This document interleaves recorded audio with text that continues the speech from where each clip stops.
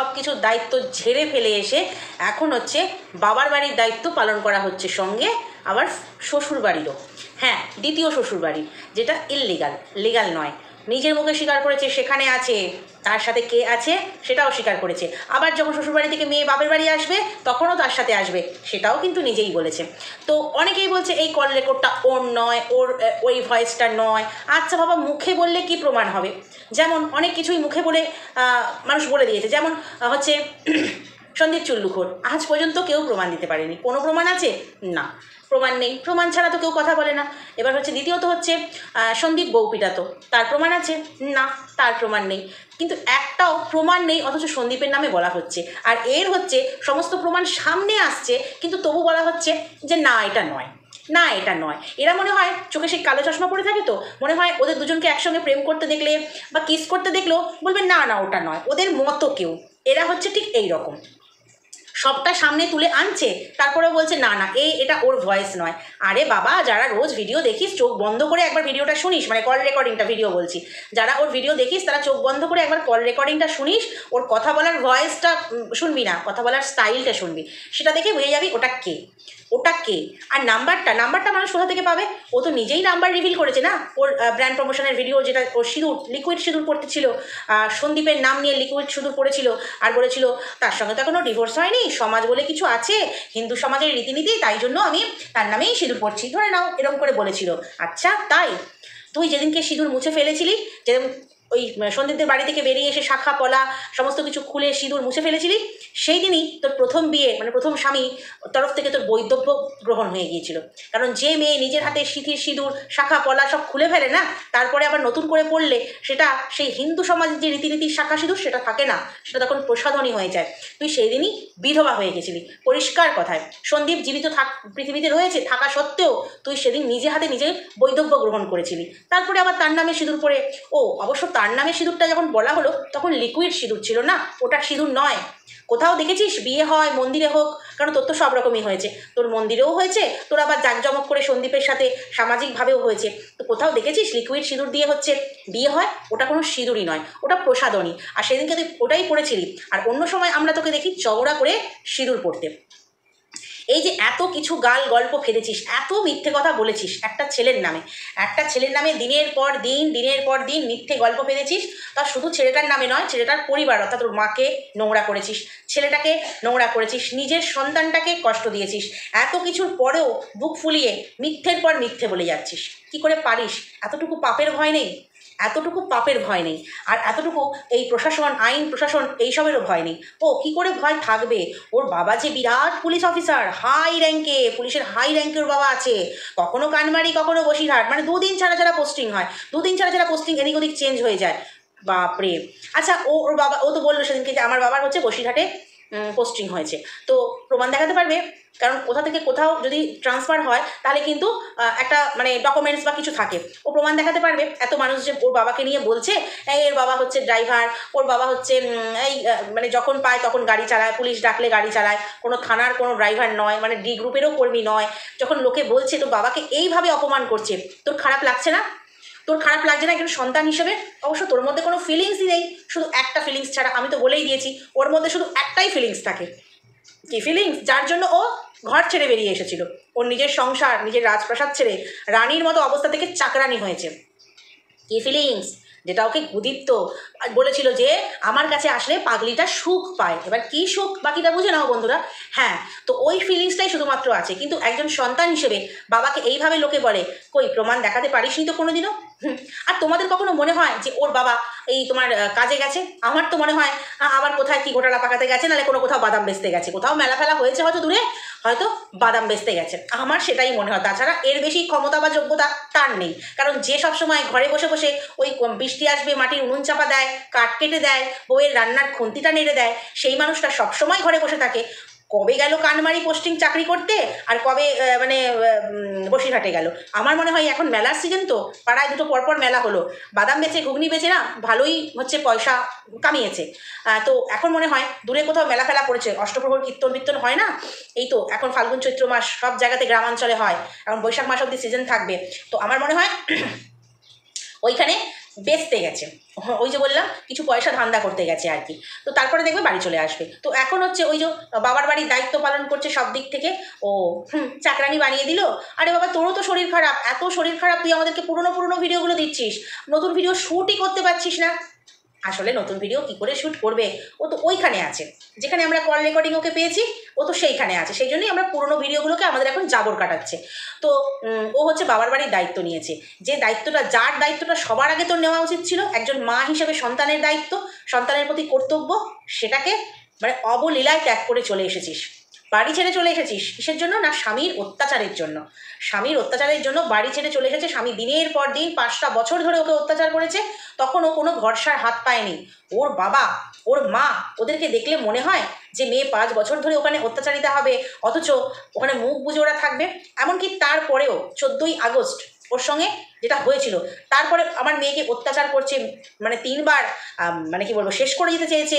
3বার 3 রকমভাবে সন্দীপ আর সন্দীপের মা শেষ করে দিতে চেয়েছে। তারপরেও মেয়েকে ওইখানে ওর মা কিভাবে রেখে এলো প্রাণের ঝুঁকি নিয়ে? সম্ভব? কখনো সম্ভব না। গল্পগুলো ঠিকঠাক লিখতে পারিসনি, এটাই হচ্ছে ব্যাপার। গল্পগুলো ঠিকঠাক মানে মজবুত হয়নি একদম, জোড়াধাপ্তি মারা গল্প তো, মানে একটা একটা করে সব ফেসে যাচ্ছিস। তো এই যে তোমরাই বলো বন্ধুরা, যে 14 তারিখে একটা মেয়ের ওপর এত অত্যাচার হলো, ছাদ থেকে ফেলে দেওয়া, হেনা তেনা অনেক কিছু হলো, তাহলে মানে সব কিছু জানাজানি হয়ে গেল, সালিশি সভা বসে গেল, সব ঠিক হয়ে গেল। সেইখানে তার মা বললো তুমি ফোনটা রেখে দাও, আর তোমার আরও এই সমস্ত কিছু করবে না। তো যেখানে এত কিছু, মেয়েকে মারবার ব্যাপার, সেখানে 15, 16, 17 রাত পর্যন্ত আমি মেয়েটাকে কী করে ওখানে রাখলাম? অন্য সব মা হলে তো সেই মুহূর্তে বার করে নিয়ে চলে আসতো, কারণ মা বাবা গোটা পরিবার জানে এখানে আমার মেয়ে সবচেয়ে সুখে আছে। শুধু মেয়েটাকে বের করে নিতে হবে, কারণ মেয়েকে এখন একটা আলাদা চ্যানেল খুলতেই হবে, এবং তারপরে যে ইনকামটা হবে আমরা বসে বসে খাবো, বসে বসে আমাদের বাড়িটাকে যে প্লাস্টার হয়নি সেগুলো প্লাস্টার রং সব করে নেব। মেয়েটাকে বের করে নিয়ে যেতেই হবে, কারণ মেয়ের প্রতি যদি এত দরদ থাকতো, মেয়ের প্রতি যদি এত কর্তব্য থাকতো, তাহলে কিন্তু 7 সকালেই বিয়ে দিত না, মানে 18 বছর কমপ্লিট হয়নি বিয়ে দিয়ে দিত। তখন খুব বোঝা মনে হয়েছিল মেয়েকে, লেখাপড়া না শিখিয়েই একটা অন্যের ঘাড়ে চাপিয়ে দেওয়া। যাক বাবা, ওই রোজকার খাই খরচটা তো বেঁচে গেল। আর সন্দীপের মতো অত ভালো পাত্র, অত জমি জমা, যাই হোক, এখন ওকে 8 পাস বলে খোটা দেওয়া হয়। সম্বন্ধ করে বিয়ে তো সন্দীপ তো আর ভাগিয়ে নিয়ে আসেনি, সন্দীপ তো আর গদিপ্তর মতো ভাগিয়ে নিয়ে চলে যায়নি। তো তখন তো সম্বন্ধ করে বিয়ে, তখন কি সন্দীপ বলেনি 8 পাস? নাকি ওই জমি জমা অত কিছু দেখেই মাথায় চক্কর লেগে গিয়েছিল, আর ওই তো ওই রকম কালি মাখা মেয়ে, তো চলো এর ঘাড়ে চাপিয়ে দিই। তখন খুব বোঝা মনে হয়েছিল, মেয়েটার 18 বছর পূর্ণ না হতেই বিয়ে দিতে হয়েছিল। আর এখন মেয়ে বোঝা কি, আমরা মেয়ের ঘাড়ে বোঝা হব? কত ইনকাম মেয়ের, প্রমোশন ভিডিও, চ্যানেল থেকে ইনকাম, নোংরামি করে, পরকীয়ার ওপর চ্যানেল বেস করে দাঁড়িয়ে আছে, নোংরামির ওপর দাঁড়িয়ে আছে। সেই চ্যানেলের থেকে যে রোজগার হবে আমরা খাবো, আমরা মেয়ের ঘাড়ে বোঝা হব, মেয়ে কি বোঝা হবে? সেই জন্য মেয়েকে নিয়ে চলে আসা হয়েছে। আচ্ছা, ও তো বলে দিদিমা, আমরা শুনি মায়েরও মা, সে হচ্ছে তার অনেক কর্তব্য থাকে। তো তখন মনে হয়নি যে ছোট্ট শিশুটাকে আমি সঙ্গে নিয়ে যাই, আমি তো দিদিমা, তাই না? বলে কিনা মামা দিদা এদের সঙ্গে শুনেছি মানুষের রক্তের একটা টান থাকে, মামার বাড়ির রক্তের সঙ্গেও একটা সম্পর্ক থাকে, মামার বাড়ির টান বলে। তো সেটা সত্যিই মানে কৃষুর কপালটা না সত্যিই খুব খারাপ। একে তো মা ভাগ্য খারাপ, দ্বিতীয়ত হচ্ছে যে মামার বাড়ি, বলে না সেই তাই তাই তাই মামার বাড়ি যাই, ছোটোবেলার কবিতাটা, মামার বাড়ি ভারী মজা কিলচর নাই। আমার মনে হয় কিশু আর কবিতাটা কোনো যেন পড়তে পারবে না, পড়লে না ও মানে কি বলবো, মনে হয় না পড়ানোই উচিত, কারণ ওর কাছে মামার বাড়ির সংজ্ঞাটা বা মামার বাড়ির কি বলবো একটা ধারণাটা পুরোটাই কিন্তু আলাদা। কি পেলো ছেলেটা, কি দরকার ছিল ওকে পৃথিবীতে আনবার? তুই যখন চলেই যাবি, তুই যখন 5 বছর ওখানে খুব কষ্ট করে থেকেছিস, আর আমার যতদূর মনে হয় 2 বছর পর কৃষাণু এসছে, তো তখন সব ঠিকঠাক ছিল না। হঠাৎ করে পুরনো প্রেম জেগে উঠতেই তুই চলে এলি, আর চলে তো এলি ভালো কথা, কিন্তু বিয়েটাও করে নিলি। হ্যাঁ, এটা ভাবা যায়? আর সবচাইতে বড় কথা হচ্ছে ওকে বেশ কিছু মানুষ উস্কাচ্ছে, একদম প্রমাণ দিবি না, ইউটিউবটা মোটে কোর্ট নয়, ইউটিউবটা কোর্ট নয় আমরাও জানি। তবে ইউটিউবে যে জিনিসগুলো ও দেখাচ্ছে, ও যে জিনিসগুলো দেখিয়েছে আমাদেরকে, প্রত্যক্ষভাবে না হোক, পরোক্ষভাবে না হোক, যেভাবে হোক, একটা হিন্টস দিয়েও হোক আমাদেরকে দেখিয়েছে। ভ্যালেন্টাইন্স ডের দিন দেখিয়েছে, কমিউনিটি পোস্টে প্রেমিকের নাম নিয়ে বলেছে, মানে সবাই বলবে আগে তো সোশ্যাল মিডিয়াতে এনেছে সন্দীপ রাত 2টোর ভিডিওটা, ও কিন্তু সেটা সেই মুহূর্তে বুঝতে পারেনি বাড়ির বউ যদি রাত 2 বেরিয়ে যায় থানা থেকে পুলিশ ডাকে, সেটা কিন্তু মাথার ঠিক থাকবে না। অন্তত ওর মতো ছেলে, ও তো অত ধুরন্ধর অত নাটকবাজ নয়। সেই কারণে ও ভেবেছিল ইউটিউবের পরিবারটা হচ্ছে আমার পরিবার, তাদের কাছে আমি রোজ আমার ডেলি লাইফস্টাইল শেয়ার করি, তাদের কাছে বললে হয়তো কিছু সুরাহা হবে। সেই কারণে সে ওই মুহূর্তে ভিডিওটা করেছিল। তখন তার মানসিক অবস্থাটা বোঝার কেউ চেষ্টা করে না, যে একটা ছেলে হঠাৎ করে জানতে পারলো তার বউয়ের সঙ্গে একজনের এমন সম্পর্ক, চাটাচাটির সম্পর্ক, শরীর চাটাচাটির সম্পর্ক শুরু হয়ে গেছে, তাহলে কত গভীর সম্পর্ক, তখন সেই মানুষটার মাথায় কতখানি আঘাত লাগবে। তো সেই মুহূর্তে সে তখন ইউটিউব যে পরিবারটা তার যে পরিবার, তাকে কিন্তু সে শেয়ার করেছিল ব্যাপারটা। কিন্তু পরে যখন সব কিছু ঠিকঠাক হতে, পরে কিন্তু ভিডিওটা প্রাইভেট করে দিয়েছিল এবং হাত জোর করে ক্ষমা চেয়েছিল, ছেলের মুখ চেয়ে কিন্তু ফিরে আসতেও বলেছিল। এত কিছুর পরেও কিন্তু এই বউকে ঘরে আনার চেষ্টা করেছিল, ফিরে আসতেও বলেছিল, এবং নিজের ভিডিওর যে ভুল করেছি সেটাও কিন্তু স্বীকার করেছিল। তখন কি বলেছিল, কেন রে, কেন কেন কেন কেন রে, আমার মুখ না দেখালে টালি বসবে না? দেখেছিস তো টালি বসেছে কিনা? যাই হোক, সবই দেখতে পাস, সেটা নিয়ে আর কিছু বললাম না। তো এইটা হচ্ছে সোশ্যাল করেছিল হচ্ছে সন্দীপ, কিন্তু তারপর তার মধ্যে স্ট্যাম্পটা মেরে দিয়েছিল। দেখবে খাতায় একটা কিছু লিখলে, মানে সরকারি কিছু বা যাই হোক বা বেসরকারি হোক, যতক্ষণ না স্ট্যাম্পটা পড়ে না, ওটা ঠিক মানে কি মজবুত হয় না, পাকাপাকি হয় না। তো এটা তো স্ট্যাম্পটা মেরেছিল হচ্ছে টিন ভাঙা, যে হ্যাঁ আমি ভরসার হাত পেয়েছি, আগেও ছিল, আছে, ভবিষ্যতেও থাকবে। কি 5 বছর ধরে অত্যাচারিতা হয়েছি, আমার তখন বলতে পারিনি, হাত পাইনি, এখন পেয়েছি, করেছি, এটা আমার ওর সঙ্গেই থাকবে। নাম নিয়ে বলেছিল, তাহলে সবটা তো স্বীকার করেই ফেলেছে। তারপরেও কিছু অন্ধ মানুষ আছে যারা ওর ভিডিও দেখে আর বলতে আসে, ও ও কি করেছে, ও তো বাচ্চা মেয়ে, ও তো কিছু করেনি, ও বাচ্চা মেয়ে। যার বাচ্চা হয়ে যায় সে আবার বাচ্চা মেয়ে থাকে? ও আচ্ছা আচ্ছা, বাচ্চাটা মনে হয় আকাশ থেকে একটু পড়ে যায় না? হ্যাঁ, সেটা ওর মনে হয়, ওকে দেখে মনে হয় যে সত্যি, এক এক সময় ভাবি যে সত্যি কৃষাণু কি ওর সন্তান, এক এক সময় মনে হয়। তো বাবার বাড়ির দায়িত্ব নিয়েছে, তো যেটা বলছিলাম, বাবার বাড়ির দায়িত্ব নিয়ে কি করছে না, এখন দায়িত্ব মানে কি, সংসার চালানোর পাশাপাশি কাজের মেয়ের কাজটাও করছে, উঠোন ঝাড় দেওয়া, রান্না করা, চা করা, দুদিন ধরে ব্লগে দেখতে পাচ্ছি। কারণ হচ্ছে যে কাজের মেয়ের কাজগুলো করে, অর্থাৎ ওর বৌদি, সে তো নেই, সে তো বাপের বাড়ি গিয়ে বসে আছে। সেখানেও কিন্তু একটা কারণ আছে, কারণ এই সংসারে কিন্তু অলরেডি খুঁটিনাটি অশান্তি শুরু হয়ে গেছে। যাই হোক, সেটা পরের ভিডিওতে বলবো, এটা বিষয় নয়। এটা হচ্ছে দায়িত্ব নিয়ে তুই যে সংসার ভাঙলি, সন্দীপের সংসার, সন্দীপকে ঠকালি, কৃষাণুর শৈশবটাকে নষ্ট করলি, শৈশব কেন বলতে পারি, কৃষাণুর পুরো জীবনটাকেই নষ্ট করে দিলি। তো এখন দায়িত্ব নিয়ে, বাবার বাড়ির দায়িত্ব নিয়ে কি দাদা বৌদির সম্পর্কটাকে ভাঙতে চলেছিস? শুধু এইটুকুই বললাম বন্ধুরা, অনেক কিছু ব্যাপার আছে। তো এখন হচ্ছে চাকরানির কাজ করছে, কারণ যাকে দিয়ে চাকরানির কাজ করায় সে তো নেই। আর মা তো, আমি তোমাদেরকে কালকের ভিডিওতেই বলেছি যে কোনো বাড়িতে লোক আসুক বা যখন একা পড়ে যাবে তখন কিন্তু অসুস্থতার ভান করে, স্পন্ডেলাইসিসের ভান করেছিল, এখন আর হয় না, এখন জ্বরের ভান করে বসে থাকে চুপটি করে। আচ্ছা, আমাদেরও জ্বর হয়, আমারও তো একার সংসার, আমিও কিছুদিন আগে জ্বরে ভুগেছি। তোমরা হয়তো ভিডিওতে বুঝতে পেরেছো, খালি কেসেছি। অনেকে জিজ্ঞাসা করেছো এত কেন কাশি হচ্ছে, প্রচণ্ড জ্বর আর নামে না। সেই নিয়েও কিন্তু একার সংসার, যেহেতু আমারও কোনো হেল্পিং হ্যান্ড নেই, কিচ্ছু নেই, তো কোনো সার্ভেন্ট নেই, সমস্ত কিছু কিন্তু ওই জ্বর গায়ে নিয়েও করেছি। ছেলেকে পড়িয়েছি, টাইমে স্কুলে পাঠিয়েছি, নিজের কাজ করেছি, ভিডিওর কাজ করেছি, এভরিথিং করেছি। আর ওই অমাবস্যার জ্বর হয়েছে বলে 1 কাপ চাও করে খেতে পারে না। আরে কেন খাবে? বাড়িতে যদি একটা চাকরানি থাকে তো, কারণ ওরাও বুঝে গেছে ওকে এখানে মাঝে মাঝে থাকতে হবে, কারণ ব্লগ বানাতে হবে, যে ব্লগ না বানালেও পয়সা রোজগার করতে পারবে না। আর পয়সা রোজগার না করতে পারলে গুদীপ্তর পিছনটাতে লাথি মেরে দেবে। ঠিক আছে, পয়সার জন্যই বউ ভাগিয়ে নিয়ে গেছে অন্যের বউ। তো সেই কারণে আসতে যখন এখানে ওকে ব্লগ বানাতে হবেই, তাহলে একটু কাজ করিয়েই নি। মায়ের দেখায় না, মা মেয়ের কি বন্ডিং, পেরো মা মেয়ের বন্ডিং। কারণ বিয়ের সময়, ওর দাদার বিয়ের সময় ওর মাকে দেখেছিলাম নাইটি পরে নাচছিল, তো তখন তো ওর বিয়ে বাড়িতে ওকে তাড়িয়ে ভাগিয়ে দিয়েছিল মেয়েকে। তখন ওই মা কি করে পারছিল যে আমার ছেলের বিয়ে, অথচ আমার মেয়ে নেই, তাহলে আমি এত আনন্দ কি করে করবো? ওইসব মা মেয়ের বন্ডিং যে যেখানে বলে সে যেন সেখানে গুজে রেখে দেয়, যে মুখ দিয়ে বলে সেখানে যেন গুজে রেখে দেয়। মা মেয়ের বন্ডিং সব দেখা আছে। তো এখন হচ্ছে বাবার বাড়ির দায়িত্ব নিয়েছে। বাবার বাড়ির দায়িত্ব শুধু কাজের বা অর্থ দিয়ে নয়, ওই দাদা বৌদির মাঝখানে ঢুকে দাদা বৌদির সম্পর্কটাকেও নষ্ট করার চেষ্টা করছে। তার কারণ হচ্ছে, বলেই দিই তোমাদেরকে, এই যে রিলস বানিয়েছিল, ঠিক যেদিন ও বাপের বাড়ি চলে গেল তার আগের দিন রাত 2টো পর্যন্ত রিলস বানিয়েছিল ওদেরকে নিয়ে। বুঝতে পারছো, নতুন দম্পতি, রাত 2টো পর্যন্ত ওর স্বার্থের জন্য জাগিয়ে রেখেছে। তারপরে আরেকটা জিনিস দেখেছো, যে যখন বেরোচ্ছিল টাকা মা দিচ্ছে। একটা ছেলে রোজগার করে, ভাড়া খাটতে যায়, টোটো খাটুক, 4 চাকা যাই করুক না কেন, ছেলেটা কিছু ইনকাম করে, মাঝে মাঝে পুজোও করতে যেতে দেখেছি, অনেকটা আগে, এখন আর নয়, বেশ কিছু মাস আগে পুজোটার সময়। তো তার তো কিছু নিজস্ব ইনকাম নিজের কাছে থাকবে। শ্বশুর বাড়ি যাবে, মা কয়েকটা টাকা দিল, এগুলো কোন বাড়ির মেয়ে মেনে নেবে? কোনো মেয়ে, কোনো স্ত্রী কিন্তু মেনে নেবে না।